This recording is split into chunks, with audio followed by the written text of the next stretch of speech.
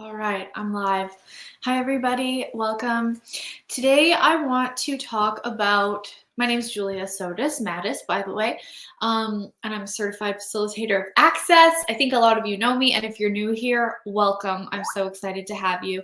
Um, I have been facilitating Access consciousness tools for the last 12 years, since I was basically a teenager, and I have found such magic and such gifts in these tools.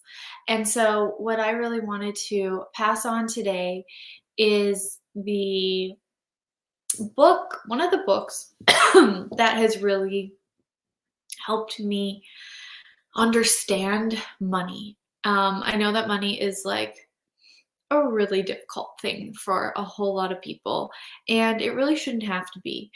So, today we're going to discuss this book. It's called The Richest Man in Babylon by George S. Clason.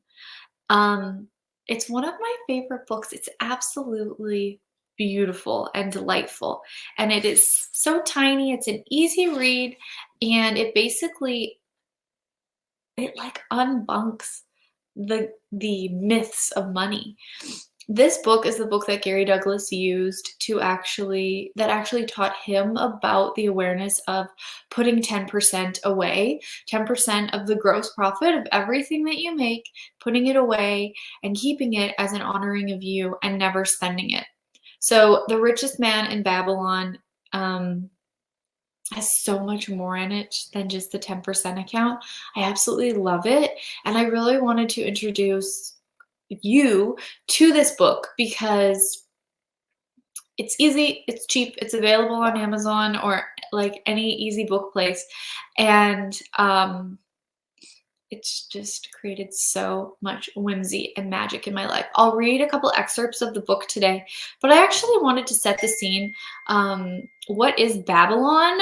Babylon is actually an ancient society, an ancient city in which is what is now Iraq. And I want to just read you guys this amazing thing that write up I found about it. In Babylon, the Hanging Gardens were one of the 7 wonders of the ancient world. These beautiful terraced gardens were built by King Nebuchadnezzar II for his wife, Queen Amethyst, who missed the green hills and valleys of her homeland. The city of Babylon was also known for its impressive walls and gates, which were said to be wide enough for a chariot to turn around on the top. It was also home to the Ishtar Gate, which was decorated with glazed blue bricks and images of dragons and bulls. Babylon was a center of learning and culture, with a famous library that housed thousands of clay tablets. I like freaked out when I read that. I was like, a clay tablet library, thousands of clay tablets. I was like, I'm just gonna take 2 clay tablets home and read them tonight. I guess it was easier once books came out to take them home. Probably you didn't take clay tablets home. So cool though. The city was conquered and rebuilt several times throughout history, and its ruins can still be seen in modern day Iraq. Overall, Babylon was an important city in ancient times, known for its impressive architecture, gardens, and culture. So that sort of sets the scene. And then is basically this book is basically a indication of how one man in the city, the richest man in Babylon, created his wealth. So let me read you just a little excerpt from the beginning. In old Babylon, there once lived a certain very rich man named Arcad. Far and wide he was famed for his great wealth. Also was he famed for his liberality. He was generous in his charities. He was generous with his family. He was liberal in his own expenses. But nevertheless, each year his wealth increased more rapidly than he spent it. So everything that is, and all the big 5 that you have around money, and the idea that you'll never have money and you will always have less, will you destroy it and create that times a godzillion? Right, wrong, good, bad, all 9, plot, pock, shorts, boys, COVIDs, and beyonds. I love So magical. And I love how this is very similar to what Gary writes about Uncle Jed in his book, The Place. Nevertheless, he was generous with his family. He was liberal in his own expenses, so he spent money on himself. But still, his wealth increased. So, how many of you have decided that that's not possible? And it totally is. Everything that is times a godzillion will you destroy and uncreate it all. Right, wrong, good, bad, all nine podpoc, shorts, boys, povids, and beyond. And there were certain friends of younger days who came to him and said, "You, Arcad, are more fortunate than we. You have become the richest man in all Babylon, while we struggle for existence.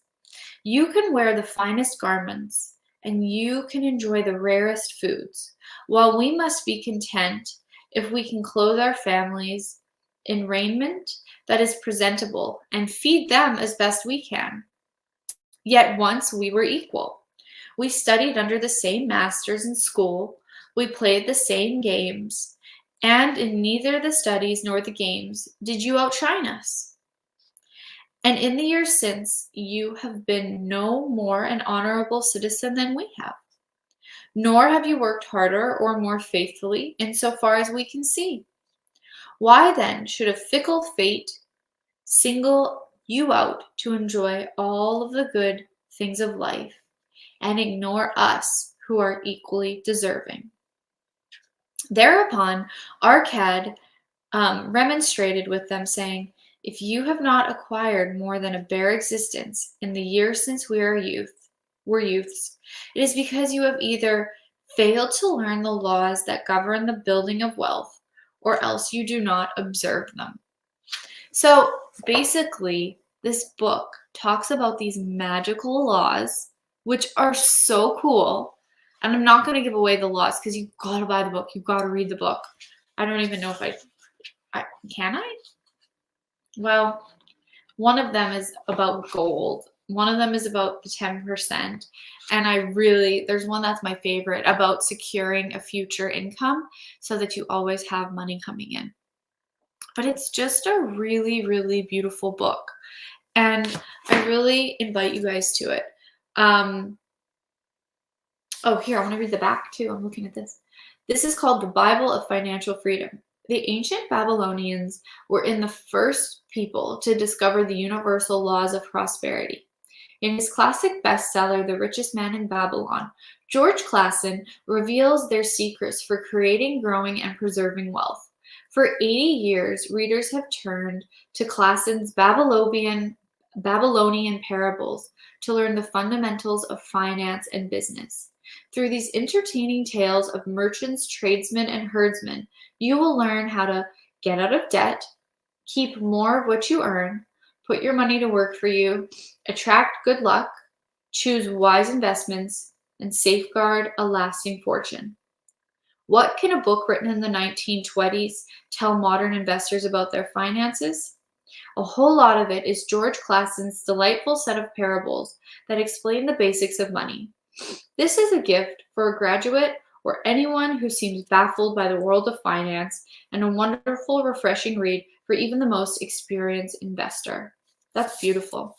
So that's what I wanted to talk about today. I just wanted to introduce you guys to this book just because of my joy and enthusiasm, and do with it what you will. But it is just a wonderful book. So that is my little information about Babylon, about the book, and about actually creating wealth for you. So thank you guys so much, and we'll see you next time. Bye.